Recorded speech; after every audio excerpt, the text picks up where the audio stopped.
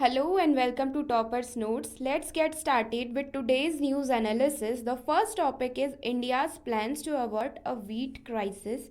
Recently we were following the news and we got to know कि India का जो production है forecast जो गवर्नमेंट ने किया है वो ये है कि इंडिया की इस बार जो है सरप्लस प्रोडक्शन होने वाली है और ईयर्स की तुलना में।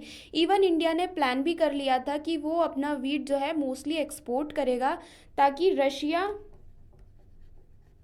और यूक्रेन जो टॉप वीट एक्सपोर्टिंग नेशंस हैं वहाँ पे जो वॉर चल रहा है उसकी वजह से जो प्रोडक्शन में और सप्लाई में जो डिसरप्शंस आए हैं उन्हीं सबको कोप अप करने के लिए और ख़ुद को एक वीट प्रोडक्टिंग और वीट एक्सपोर्टिंग नेशन बनाने के लिए इंडिया ने काफ़ी सारे स्टेप्स लिए थे। बट रिसेंटली एक और फॉरकास्ट आया है कि इंडिया में भी वीट क्राइसिस हो सकता है।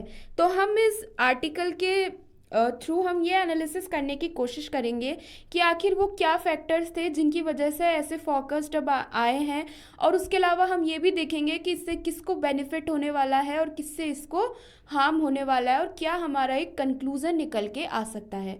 So let's get started with the context. The government has lowered the wheat production estimates by 5.7% from projected this metric tonne for the crop year ending in June. तो पहले हमारा 111.32 matric ton था, लेकिन अब 105 million ton कर दिया है। तो ये आप देख सकते हैं कि यहाँ पे काफ़ी ज़्यादा डिक्रीज हमें देखने को मिल रहा है। तो उसके क्या कारण हो सकते हैं? The production is expected to fall on the account of unusually warm weather conditions that persisted during March to April in most parts of the key grain producing states Punjab, Haryana, Madhya Pradesh as well as Uttar Pradesh. तो हम news follow कर रहे थे कि अभी heat waves unexpectedly high रही हैं India के अंदर। इतने सालों का जो रिकॉर्ड है वो टूट गया है। Even April was the most warmest month till now. और उसी के बीच ये खबर हमें मिली है कि जो वीट का जो प्रोडक्शन है वो भी हीट वेव्स की वजह से ही इम्पैक्ट हुआ है। गर्मी की वजह से जितने भी नॉर्थ इंडियन स्टेट्स हैं जहाँ पे जो वीट का प्रोडक्शन सबसे ज़्यादा हाई होता है, जैसे कि पंजाब, हरियाणा, मध्य प्रदेश एंड यूपी, ये आपको पता है ये सारे के सारे नॉर्थन पार्ट ऑफ इंडिया में आते हैं। और अभी recently northern part of India was under the stress of heat waves. तो ये हीट वेव्स की वजह से ही है जो प्रोडक्शन है उस पर काफ़ी ज़्यादा इम्पैक्ट हुआ है। The announcement came around the same time as a report by the World Food Programme which said the unfolding war in Ukraine was likely to exacerbate the already severe acute food insecurity focus।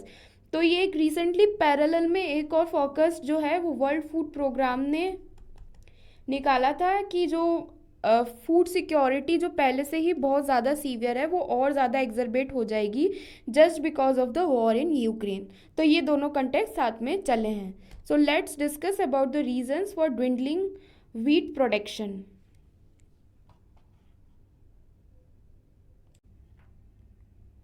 So let's discuss about the reasons for dwindling wheat production. क्या कारण रहे? Heat waves जो थी across the north west and central parts of the country and March and April being the hottest in 100 years have caused a substantial loss to the yield at 6% and 20% of the wheat shriveling up। तो हमने context में भी discuss किया था कि क्या reasons रहे हैं। रीजंस ये रहे हैं कि हीट वेव की वजह से हमारा जो है वीट का प्रोडक्शन काफ़ी ज़्यादा कम हो गया। सो अब हम ये भी देख लेते हैं कि प्रोडक्शन कम हुआ है इसके क्या क्या इम्पैक्ट होंगे डिफरेंट स्टेक होल्डर्स पे। सबसे पहले impact on public distribution of grain. According to the new guidelines the FCI will fill the gap left by the wheat with an increase allocation of rice. तो obviously अगर wheat production कम है तो wheat procurement भी कम होगा। आपको पता ही होगा कि एफसीआई है on the behalf of government, ये प्रोक्योर करते हैं और देन उसके बाद में जितनी भी पब्लिक डिस्ट्रीब्यूशन स्कीम्स हैं जैसे कि राशन जो जाता है बीपीएल और एपीएल को, उसके अलावा हमारी जितनी भी स्कीम्स हैं लाइक प्रधानमंत्री गरीब कल्याण योजना, अन्न वितरण योजना और स्टेट्स की जितनी भी स्कीम्स हैं जो भी सब्सिडाइज्ड रेट्स पर जो है फूड प्रोडक्ट्स डिस्ट्रीब्यूट करती है उसमें मोस्टली वीट ही होता है अगर हम देखें तो। लेकिन अब वीट का प्रोक्योरमेंट कम है तो पब्लिक डिस्ट्रीब्यूशन स्कीम्स को कैसे कंपनसेट किया जाएगा? तो एफसीआई ने प्लान किया है कि वो इसको कंपनसेट करेंगे with the increase allocation of rice, क्योंकि राइस का प्रोडक्शन तो मोस्टली विंटर सीजन में होता है, तो इसीलिए उसको कंपनसेट करने के लिए ये लोग राइस को जो है वो इंक्रीजिंगली वहाँ पर प्रोड्यूस करेंगे और उसके बाद में उसे सप्लाई करेंगे। ठीक है, तो this much additional supply of rice is being allocated to the states to fill the gap in the supplying wheat grain. अब हम देखते हैं कि इसका इम्पैक्ट डोमेस्टिक व्हीट प्राइसेस पे कैसे पड़ेगा। व्हीट प्रोडक्शन कम है तो उसका इम्पैक्ट हमारे ऊपर भी पड़ेगा। नॉर्मली अगर हम लेने जाएंगे व्हीट तो हमको महंगा मिलेगा। तो यही सब हम देख लेते हैं कि आखिर क्या क्या इम्पैक्ट रहने वाले हैं। As a government wheat procurement has dipped, concerns are being raised about the stability of prices in the country and the availability of grain for internal consumption। तो ये दोनों concerns जो हैं वो हाईलाइट किए गए हैं। सबसे पहला तो ये कि प्रोडक्शन कम है तो ऑब्वियसली सप्लाई कम होगी, और सप्लाई कम होगी और डिमांड जो है मार्केट में वो ज़्यादा होगी, तो ऑब्वियसली जो है प्राइसेस वो हैं इंक्रीज हो जाएंगी। और उसके अलावा दूसरा जो कंसर्न हाईलाइट किया गया है that is the availability of internal consumption, और हमारे खुद के देश के लिए जो है वो ग्रेन की जो है शॉर्टेज हो सकती है। कहाँ तो हम ये बात कर रहे थे कि हम एक्सपोर्ट करेंगे, और अब ऐसे भी कंसर्न्स रेज किए जा रहे हैं कि इवन इंटरनल कंजम्पशन के लिए भी वीट की अवेलेबिलिटी कम हो सकती है। If private traders continue to buy above MSP eventually that could stoke inflation. And even अभी जो है एक्सपोर्ट का जब से न्यूज़ आया है तब से मोस्ट ऑफ द ट्रेडर्स बाहर से ही जो है फार्मर से प्रोक्योर कर रहे हैं। मंडी में एमएसपी पर जो ये लोग पहले जो वीट को सेल करते थे जितने भी फार्मर्स हैं, ठीक है, तो उसकी जगह पे ट्रेडर्स अब डायरेक्टली इनसे प्रोक्योर कर रहे हैं इवन हायर प्राइसेस पे, और वो उसको स्टॉक कर रहे हैं क्योंकि उनको पता है कि इंटरनेशनल डिमांड अभी और इंक्रीज़ होने वाली है ड्यू टू द वॉर, और उसकी वजह से फिर उनको अच्छी प्राइस मिलेंगी। तो ये स्टॉकिंग अप की वजह से इंटरनल जो इन्फ्लेशन है देश का वो भी बढ़ सकता है। बेनिफिट्स टू द फार्मर्स, लेकिन इन सब के बीच फार्मर्स को बेनिफिट है क्योंकि ट्रेडर्स हैं वो स्टॉकअप कर रहे हैं और हायर प्राइसेस पे वीट प्रोक्योर कर रहे हैं, तो farmers will certainly benefit from the scenario as they are being offered a price above the MSP. हमने अभी डिस्कस किया था कि नॉर्मली तो वो एमएसपी पर मंडीज़ में जाके गवर्नमेंट को अपना जो है ग्रेन सेल आउट करते हैं, लेकिन अभी जो है ट्रेडर्स वो डायरेक्टली इनसे प्रोक्योर कर रहे हैं, इवन हायर प्राइसेस पे प्रोक्योर कर रहे हैं, तो इससे सर्टेनली उनको बेनिफिट होने वाला है। Amid the Russia Ukraine crisis new markets in the countries like Israel, Egypt, Tanzania and Mozambique have opened up for India. और ये सारे के सारे मार्केट जो हैं वो भी इंडिया के लिए ओपन हो गए हैं। रशिया और यूक्रेन से प्रोडक्शन अभी कम हो रहा है, एक्सपोर्ट कम हो रहा है, तो इससे अल्टीमेटली फार्मर्स को ही बेनिफिट है। अबाउट द एक्सपोर्ट प्लान्स, तो अब क्या प्लान्स होने वाले हैं गवर्नमेंट के, हम उनको भी डिस्कस कर लेते हैं क्योंकि अभी तक न्यूज़ यही आ रही थी कि एक्सपोर्ट गवर्नमेंट जो है वो इंक्रीज़ करने के लिए काफ़ी ज़्यादा एफर्ट्स डाल रही है ताकि इंडिया का जो है वीट एक्सपोर्ट का जो बिजनेस है वो और ज़्यादा फ्रूटफुल हो सके। So despite the crop loss and the revision of the output estimates, the centre maintain that no curbs would be placed on wheat exports and it was facilitating traders.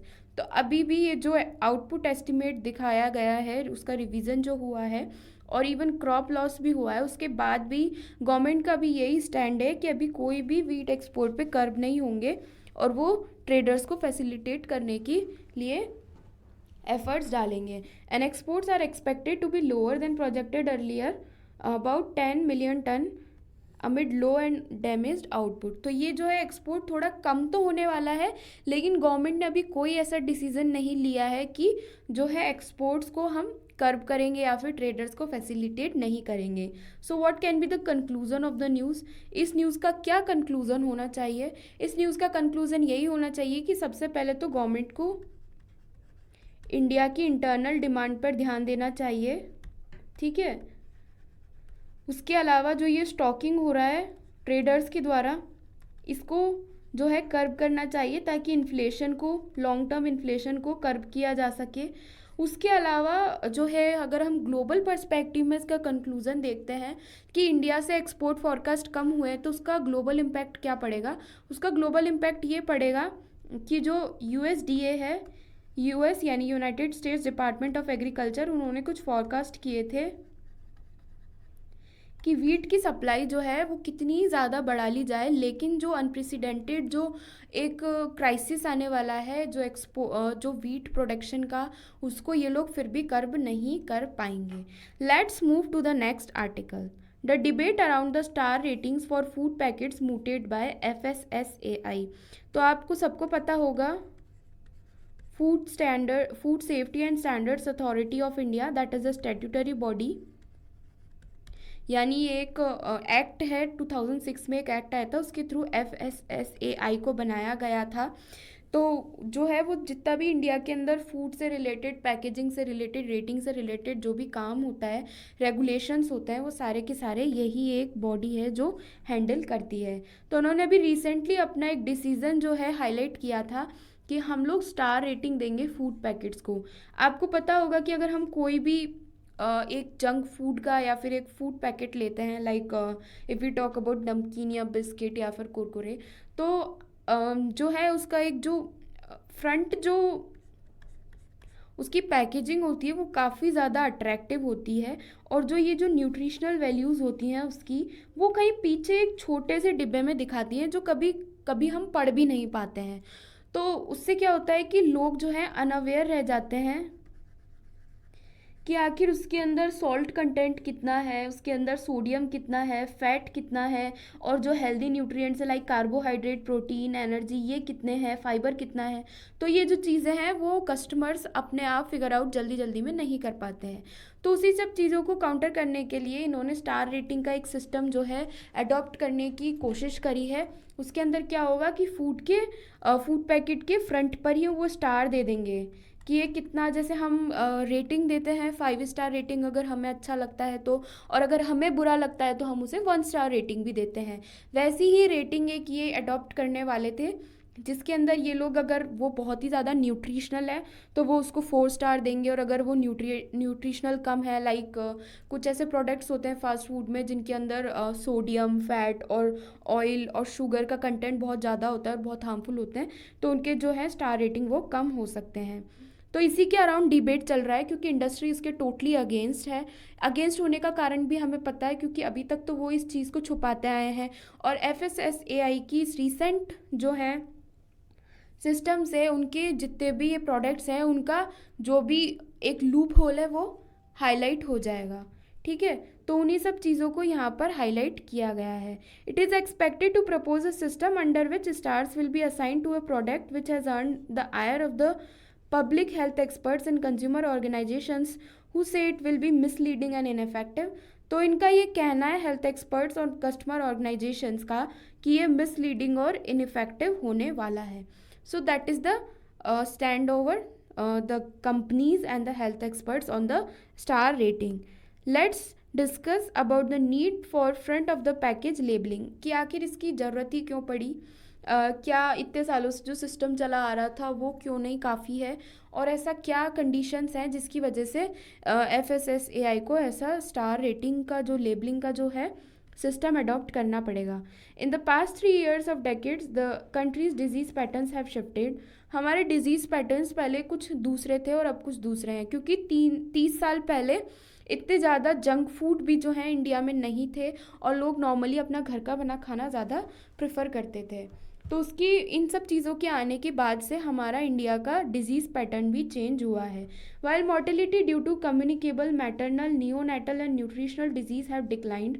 पहले क्या होता था, जब इतनी ज़्यादा फैसिलिटीज़ इंडिया के अंदर नहीं थी तो मैटरनल, नियोनेटल, न्यूट्रिशनल डिजीज़ बहुत ज़्यादा थी, कम्युनिकेबल डिजीज़ बहुत ज़्यादा थी।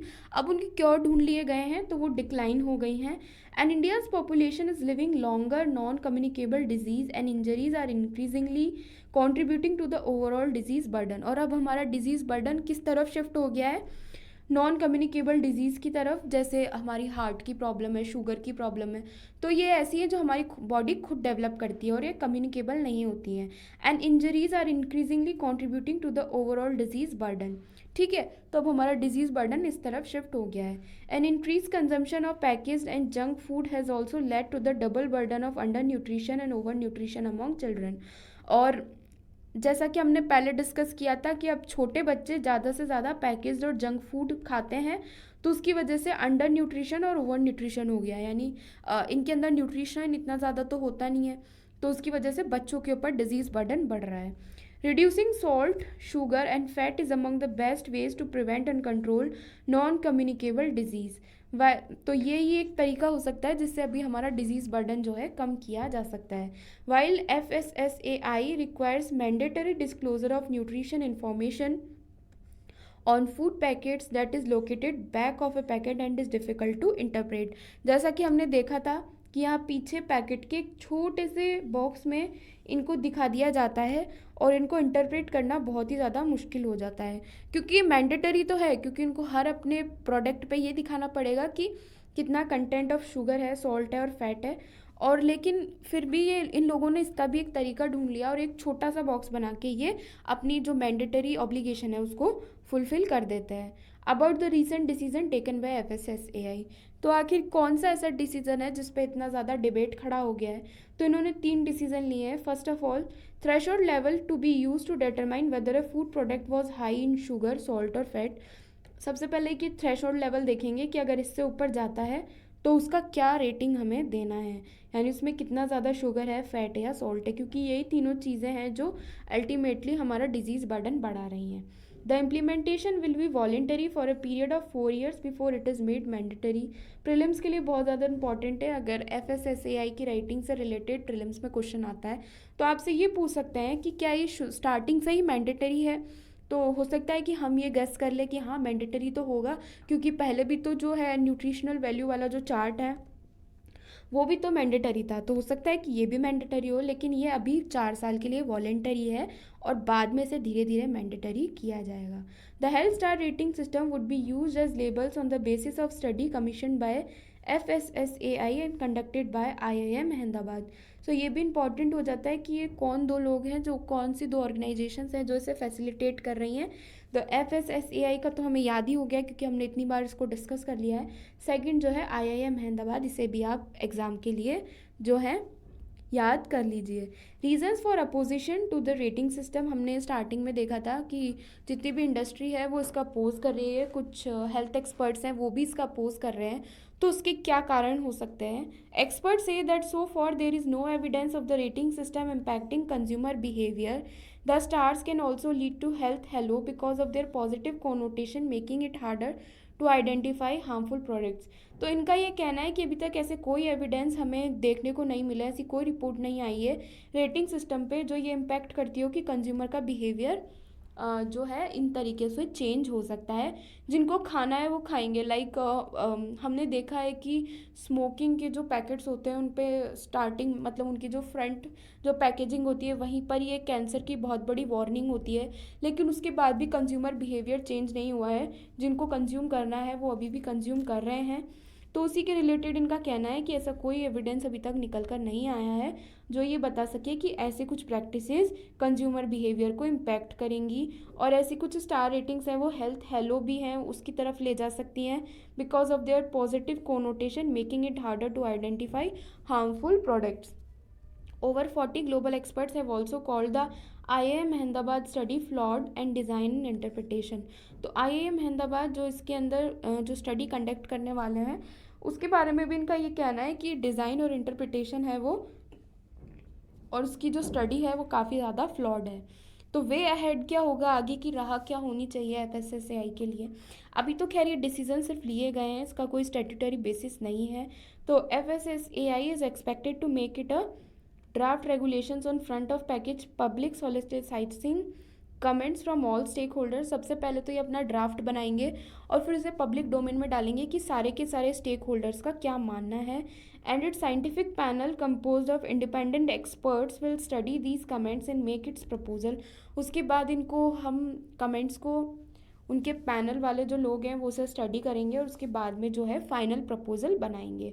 Following this it will go to a scientific committee and health ministry before regulations are tabled before the parliament. तो पार्लियामेंट में जो रेगुलेशंस हैं उनको टेबल करने से पहले ये सारा का सारा प्रोसीजर इन डिसीजंस के थ्रू लिया जाएगा। Let's move to the next article.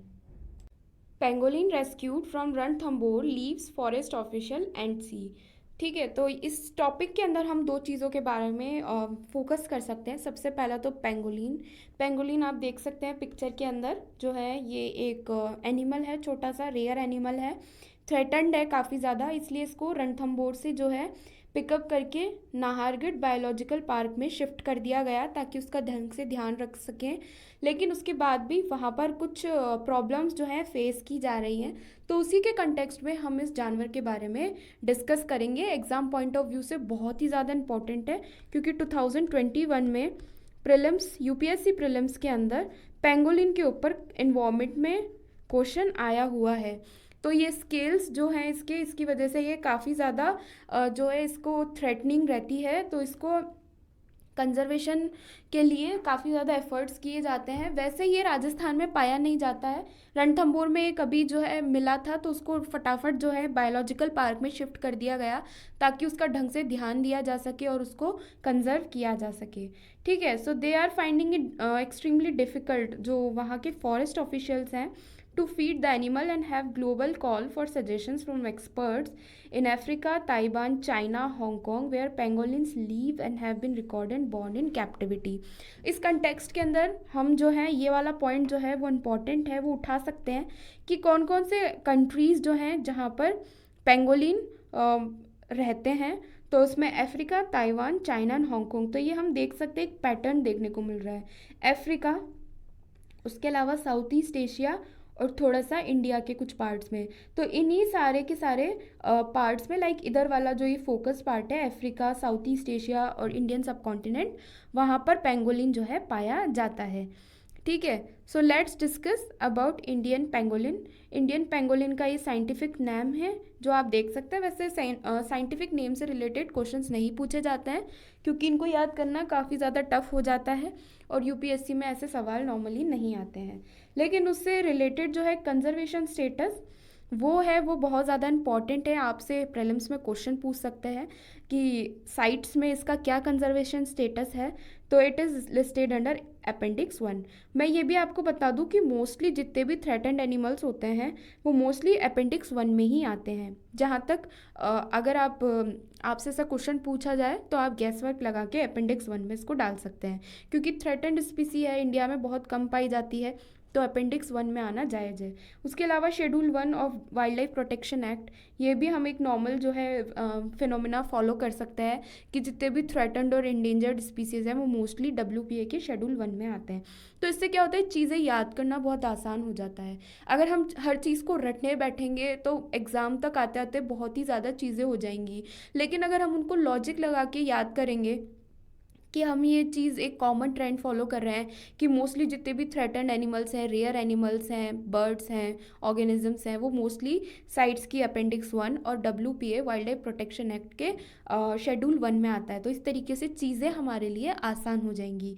इसके अलावा अगर हम IUCN रेड लिस्ट की बात करें तो उसमें ये एंडेंजर्ड है। ठीक है, आपको पता होगा कि इन्वायरमेंट में IUCN की रेड लिस्ट के अंदर कुछ कैटेगरीज होती हैं जहाँ पे इनको जो है रखा जाता है, जैसे कि थ्रेटन्ड है, फिर एंडेंजर्ड है, उसके अलावा नियर थ्रेटन्ड है, एक्सटेंट है, एक्सटेंट इन वाइल्ड है। तो इस तरीके से तो हम यहाँ पर देख सकते हैं कि अभी ये पाया तो जाता है, इतना कम नहीं है। जैसे इंडियन राइनोसोरस है, या फिर हम देखें पिंक हेडेड डक है, तो पिंक हेडेड डक एक्सटिंक्ट में आ गई है। तो ये कुछ गैस वर्क है और कुछ लॉजिक है जहाँ से आप इन चीज़ों को याद रख सकते हैं। अगर हम हर चीज़ रटने की कोशिश करेंगे तो मुश्किल है। अब हम ये यहाँ से पता लगा सकते हैं कि ये जो है इंडेंजर्ड कैटेगरी में IUCN की रेड लिस्ट में आता है। ठीक है, अब हम इसके कुछ कैरेक्टरिस्टिक्स देख लेते हैं। स्केली एंट ईटर है, ये आप देख सकते हैं पिक्चर के अंदर। स्केल्स होते हैं जिनको हम हिंदी में शल्क बोलते हैं। ठीक है, शल्क होते हैं, ये इसको बचाते हैं प्रेडेटर्स से, और ये एंट ईटिंग करता है। लाइक आपने देखा होगा कि एक एंट ईटर होता है प्रॉपर, उसकी एक किसी लंबी नाक होती है, तो वैसा ही ये है, इसका भी एंट ईटिंग इसका फेवरेट फूड है। ठीक है, इंडियन पेंगोलिन, पेंगोलिन की 8 स्पीसीज होती हैं, लेकिन इंडिया में इंडियन पेंगोलिन ही पाया जाता है। It is also called as thick tailed pangolin and is one of the 8 pangolin species found across the world. तो इसकी 8 स्पीसीज हैं, ये भी याद कर सकते हैं आप। और इंडिया के पर्सपेक्टिव में देखें तो एक ही स्पीसीज़ मिलती है, जिसके बारे में हम डिस्कस कर रहे हैं. It have overlapping scales that act as armor for its body. It is native to the Indian subcontinent. Indian subcontinent में ही मिलेगा, नाम से ही पता चल रहा है इंडियन पेंगोलिन नाम है तो यहीं पे ही नेटिव है. It is mainly found in rain forest and in the hills of India and parts of Sri Lanka. ठीक है, तो इंडियन सबकॉन्टिनेंट में श्रीलंका भी इंक्लूडेड हो जाता है कई बार, तो हम इसको भी यहाँ पे भी ये पेंगोलिन जो है फाउंड आउट होता है. ठीक है, ये भी आप याद कर सकते हैं कि दिख तो ऐसा रहा है कि काफ़ी ज़्यादा एरिड लैंड एरिड हैबिटेट में रहता होगा, लेकिन ये एक कॉन्ट्रावेंशियल थिंग हो गई कि ये रेन फॉरेस्ट में रहता है. ठीक है, तो ये आप याद ही कर लीजिए, प्रीलिम्स में ऐसा क्वेश्चन आ सकता है क्योंकि कई बार इसकी बॉडी टाइप देख के हम ये गैस कर सकते हैं कि हो सकता है ये सूखे इलाकों में रहता हो, क्योंकि हरी भरी जगहों पे जो रहते हैं मोस्टली उनका कलर काफ़ी प्लीजेंट होता है, लेकिन इसका कलर तो है वो ऐसा है कि एरिड लैंड जैसा, लेकिन ये मोस्टली रेन फॉरेस्ट के अंदर पाया जाता है और पहाड़ों पे पाया जाता है. कहाँ? इंडिया और श्रीलंका में.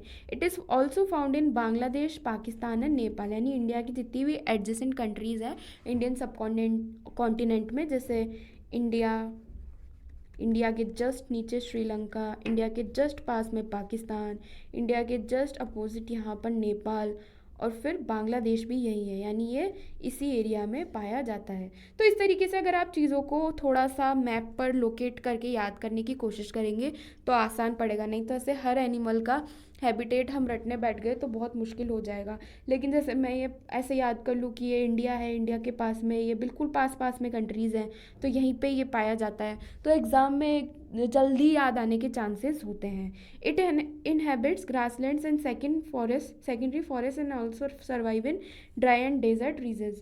पहले हमने ये पढ़ा कि ये मेनली जो है रेन फॉरेस्ट में पाया जाता है, लेकिन इसका मतलब ये नहीं है कि ये ड्राई और डेजर्ट रीजन्स में नहीं पाया जाता, तो ये वहाँ पर भी सर्वाइव कर सकता है. क्योंकि अभी रणथंभौर से इसको पिकअप किया गया है, वो एरिड लैंड है, डेसिडियस लैंड है, वहाँ पर बिल्कुल भी इतनी बरसात नहीं होती है, लेकिन ये ग्रासलैंड, सेकेंडरी फॉरेस्ट और ड्राई एंड डेजर्ट रीजन्स में भी पाया जाता है.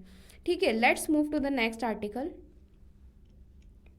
लानीना as a contributor to severe heat waves in the country. अभी हमने न्यूज़ फॉलो की है काफ़ी ज़्यादा, अभी हमने वीट वाला जो है वो भी एनालिसिस किया था, वहाँ पे भी जो वीट प्रोडक्शन में जो डिक्लाइन हुआ है उसका जो कारण है वो हीट वेव्स ही बताया गया है.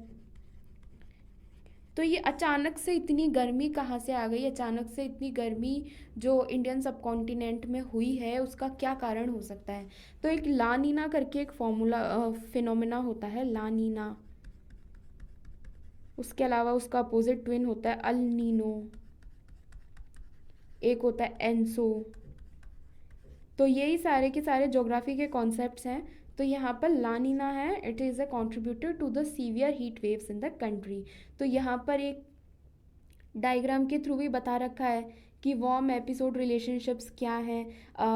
ये आप जानते होंगे साउथ अमेरिका जो है यहाँ से ये कुछ वेव्स हैं या फिर गर्मी जो है वो यहाँ से उठती है और फिर वो धीरे धीरे पास आउट होते होते इंडियन सब कॉन्टिनेंट पर आती है और वहीं की सारे क्लाइमेट को वो जो है इम्पैक्ट करती है. So what is the context? In most years meteorologist consider La Nina to be a friend of India.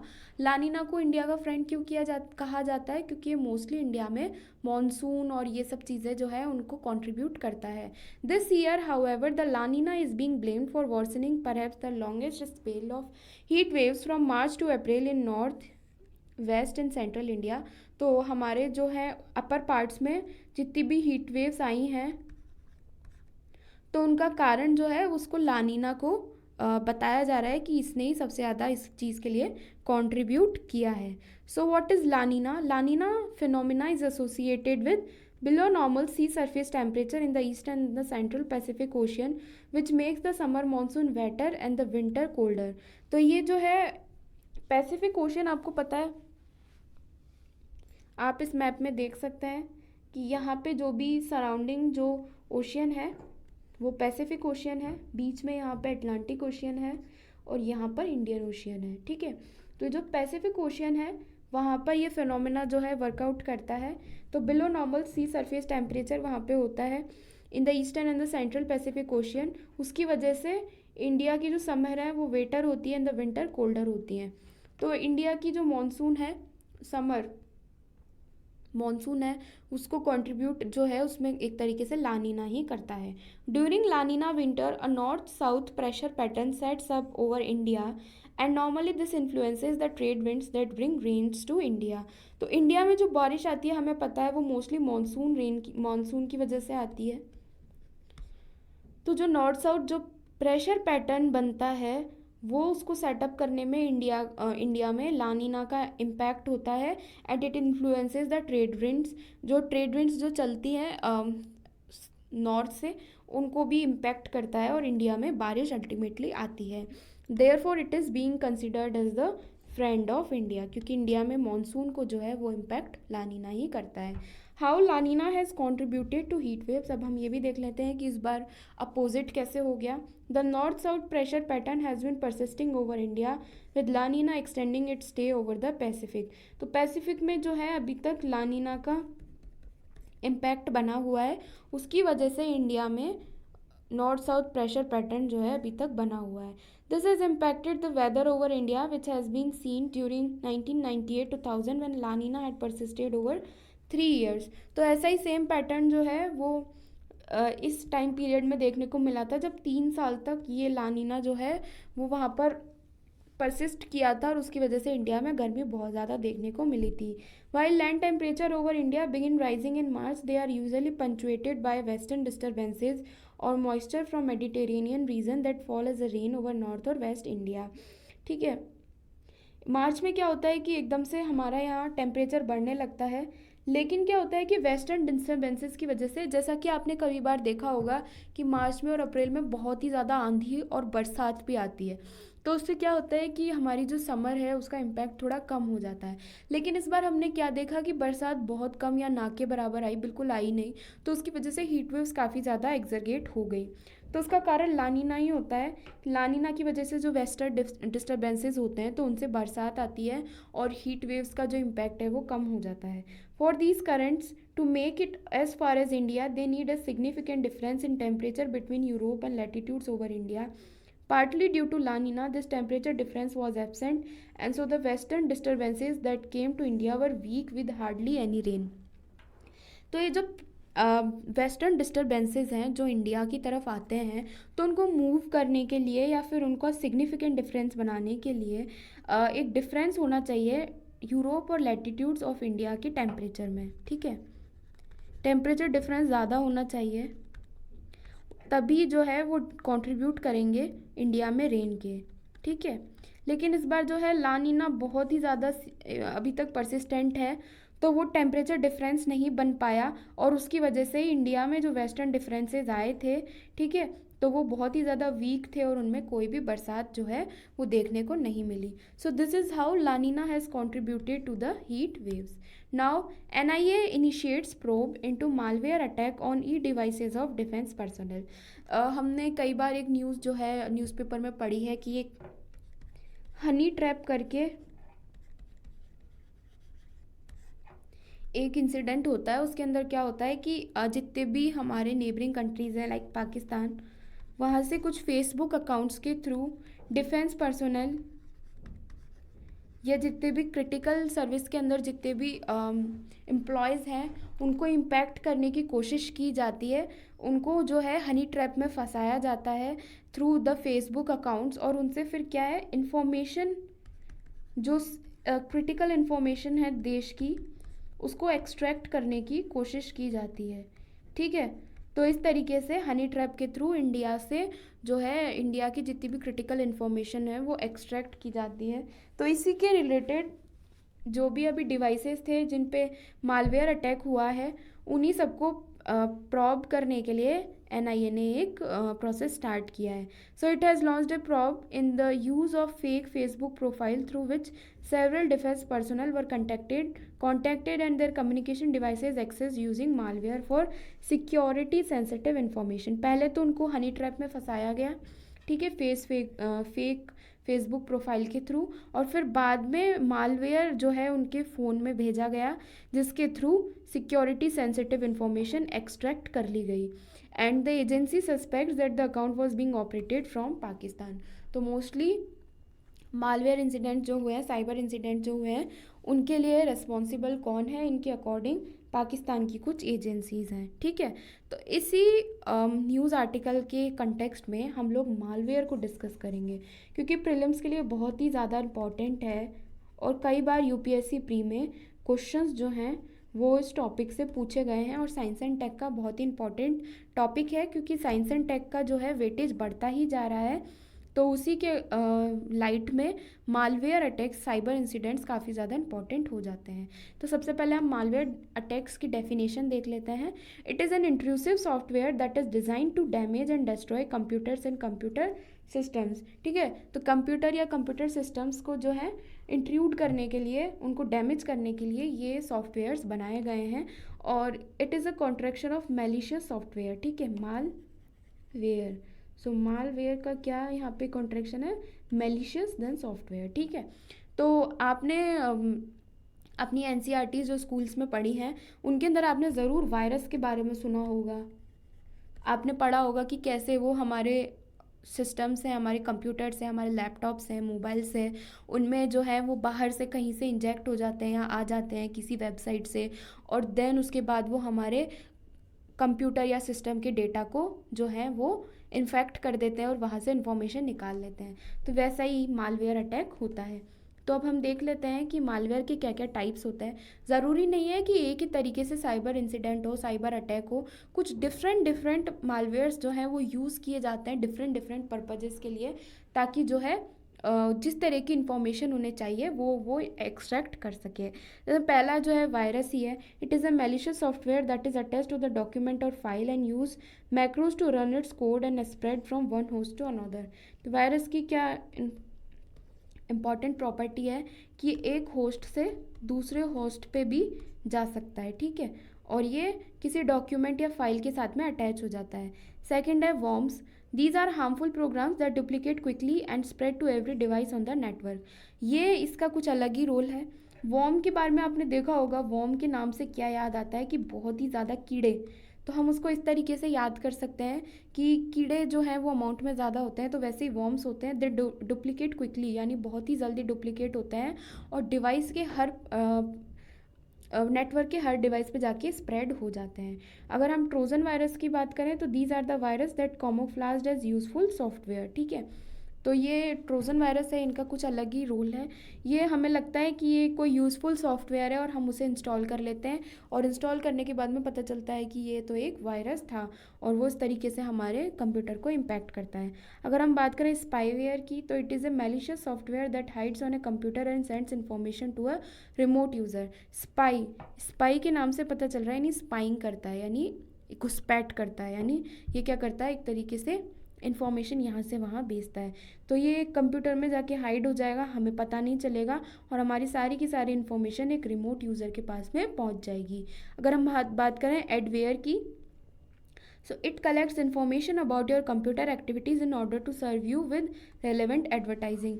तो ये तो बहुत ही ज़्यादा जो है हम फॉलो देखते ही हैं, गूगल में यही चीज़ फॉलो होती है कि हम जो भी हमारी जो भी एक्टिविटीज़ हैं मोबाइल में, उनको पहले जो है ये लोग उससे रिलेटेड इन्फॉर्मेशन कलेक्ट करते हैं और फिर बाद में हमें वैसे ही एडवर्टाइजमेंट देखने को मिलते हैं।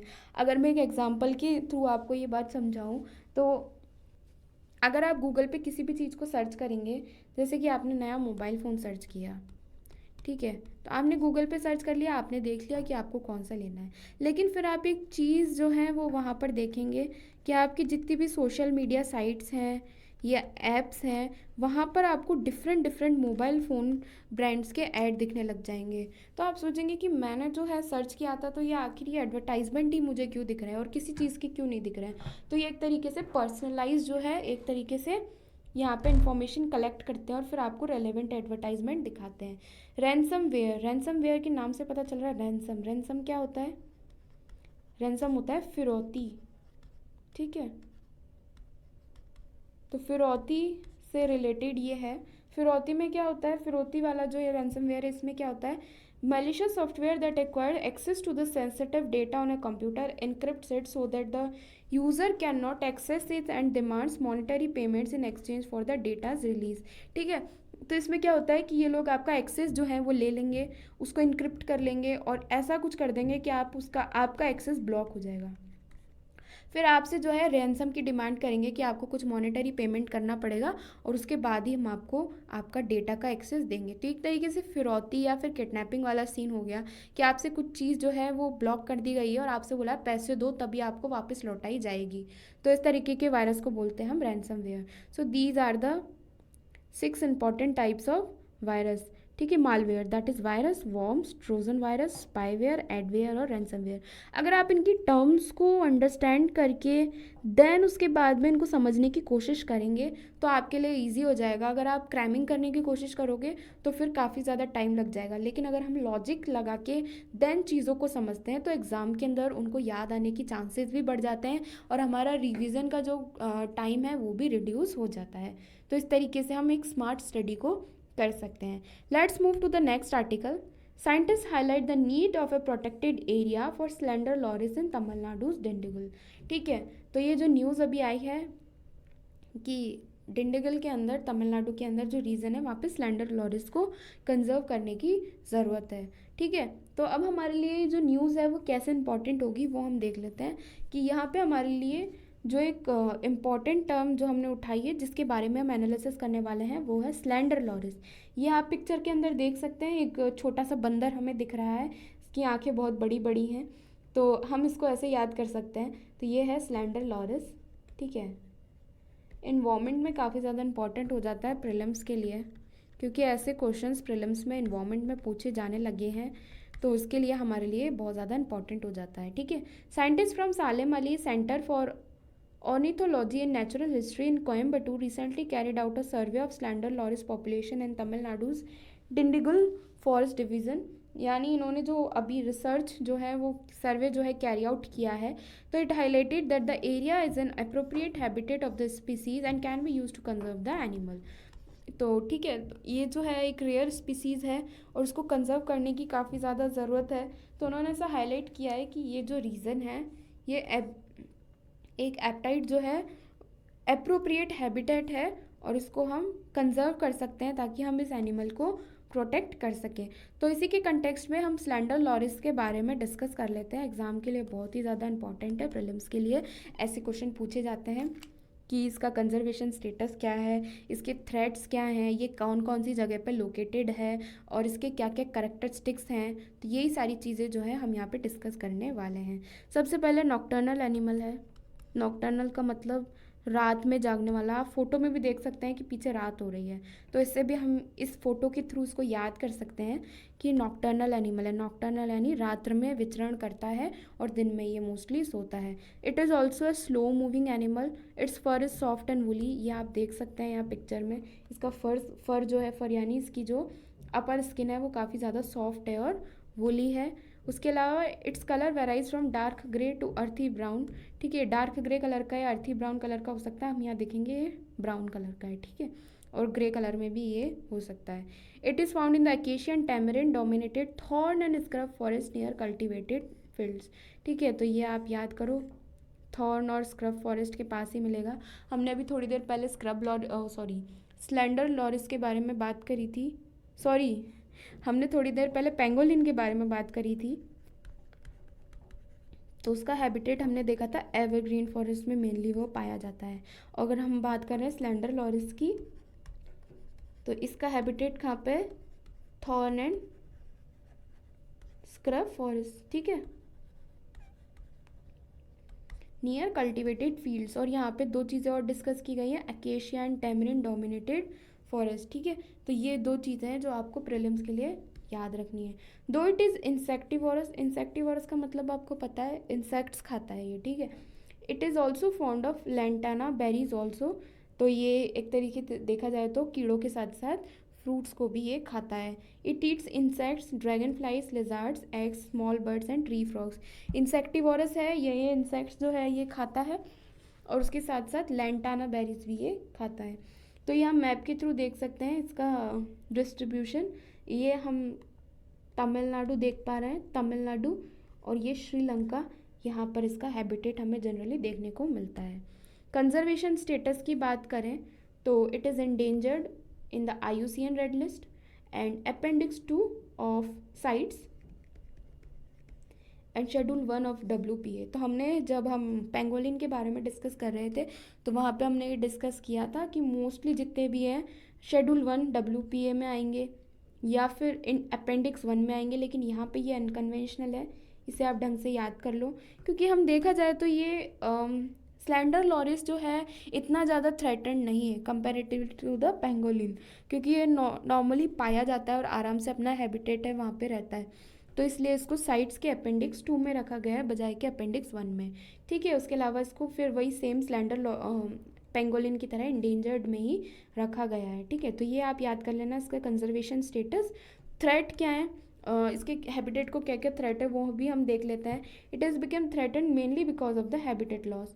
ये हमें पता है डिफॉरेस्टेशन बहुत ज़्यादा हो रहा है, तो अगर डिफॉरेस्टेशन होगा पौधे प्लांट्स ट्रीज़ जो है वो कट जाएंगे, तो इनका हैबिटेट लॉस भी हो जाएगा। The disappearance of the acacia tree, a preferred tree species of the loris, hunting for the pet trade and for the meat and road kills. ठीक है, superstitious killing, traditional medicine and habitat fragmentation pose serious threat to this primate. ठीक है, तो ये these are the threat to the slender loris. Let's move to the next article. DOP releases common guidelines on pharmaceutical innovation and entrepreneurship for academic institutions। तो DOP is the department of pharmaceutical.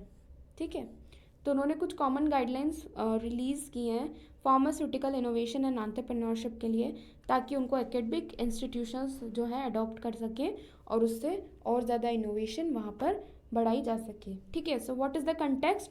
In order to encourage innovation and research to facilitate entrepreneurship in NIPER, that is National Institutes for Pharmaceutical Education and Research। तो ये जितने भी institutes हैं वहाँ पे innovation, research, entrepreneurship, इन सब चीज़ों को इनकरेज करने के लिए DOP has prepared these guidelines for academic institutions under its control. So DOP controls NIPER. ये भी एक बहुत इंपॉर्टेंट टर्म हमें पता चली है प्रीलिम्स के लिए। ठीक है, कभी आपसे पूछा जा सकता है कि इंस्टीट्यूशंस को कौन कंट्रोल करता है, that is department of pharmaceutical. तो उन्होंने कुछ गाइडलाइंस इसलिए बनाई हैं ताकि ज़्यादा से ज़्यादा इनोवेशन हो सके। और आपको पता ही है कि हमारा जो है फार्मास्यूटिकल जो प्रोडक्शन है वो काफ़ी ज़्यादा हाई है, लेकिन अभी हमारा रिसर्च और इनोवेशन इतना आगे नहीं बढ़ा है। तो उन्हीं सब चीज़ों को इनकरेज करने के लिए ये गाइडलाइंस जो हैं वो जारी की गई हैं, ताकि इंडिया के अंदर ही ज़्यादा से ज़्यादा फार्मास्यूटिकल इंडस्ट्री में इनोवेशन हो, रिसर्च हो। ठीक है, सो अब हम डिस्कस कर लेते हैं कि कॉमन गाइडलाइंस क्या क्या है। सबसे पहले इसका objective of the policy is to transform the academic research into innovative and commercially applicable technology projects. ठीक है, तो सबसे पहले तो रिसर्च जो है वो ऐसी होगी कि वो ज़्यादा से ज़्यादा इनोवेटिव भी हो लेकिन कॉमर्शियल एप्लीकेबल भी हो। यानी अगर हम कोई रिसर्च कर रहे हैं, उसके अंदर कुछ इतना इन्वेस्टमेंट कर रहे हैं, तो उनका ये मानना है कि वो कॉमर्शियली वाइबल होनी चाहिए। यानी अगर आपने कोई दवाई पे रिसर्च की है तो वो रिसर्च से कुछ कॉमर्शियल एस्पेक्ट निकल के आना चाहिए। ठीक है, build a strong ecosystem for nurturing creativity and entrepreneurial activities, जो हमने पहले बात करी, and contribute to the self reliant India mission, आत्मनिर्भर भारत। क्योंकि अगर रिसर्च और इनोवेशन इंडिया में होगा तो प्रोडक्शन भी इंडिया में होगा, इंडिया की खुद की टेक्नोलॉजी होगी और फिर आत्मनिर्भर भारत की तरफ हम इस तरीके से बढ़ेंगे। ठीक है, इसके और क्या क्या एम्स एंड ऑब्जेक्टिव्स हैं वो भी हम देख लेते हैं। Encourage the faculty, staff members and students to pursue entrepreneurship, जो हमने पहले डिस्कस किया। Formulate policies and foster an ecosystem to generate ideas across disciplines that can be transformed into successful technologies, projects and services. Establish a mechanism for technology development and technology transfer, technology develop भी हो और फिर उसके बाद में transfer भी हो industry को, ताकि उसका कॉमर्शियल एस्पेक्ट जो है निकल के आ सके। Create institutional framework for effective implementation, monitoring and evaluation of the policy. Last में promote pharmaceutical innovation and entrepreneurship to foster unmet therapeutic socially impactful technology delivering benefits to the mankind. So these are the aims and objectives of the common guidelines of pharmaceutical innovation and entrepreneurship. Thank you so much for this article analysis.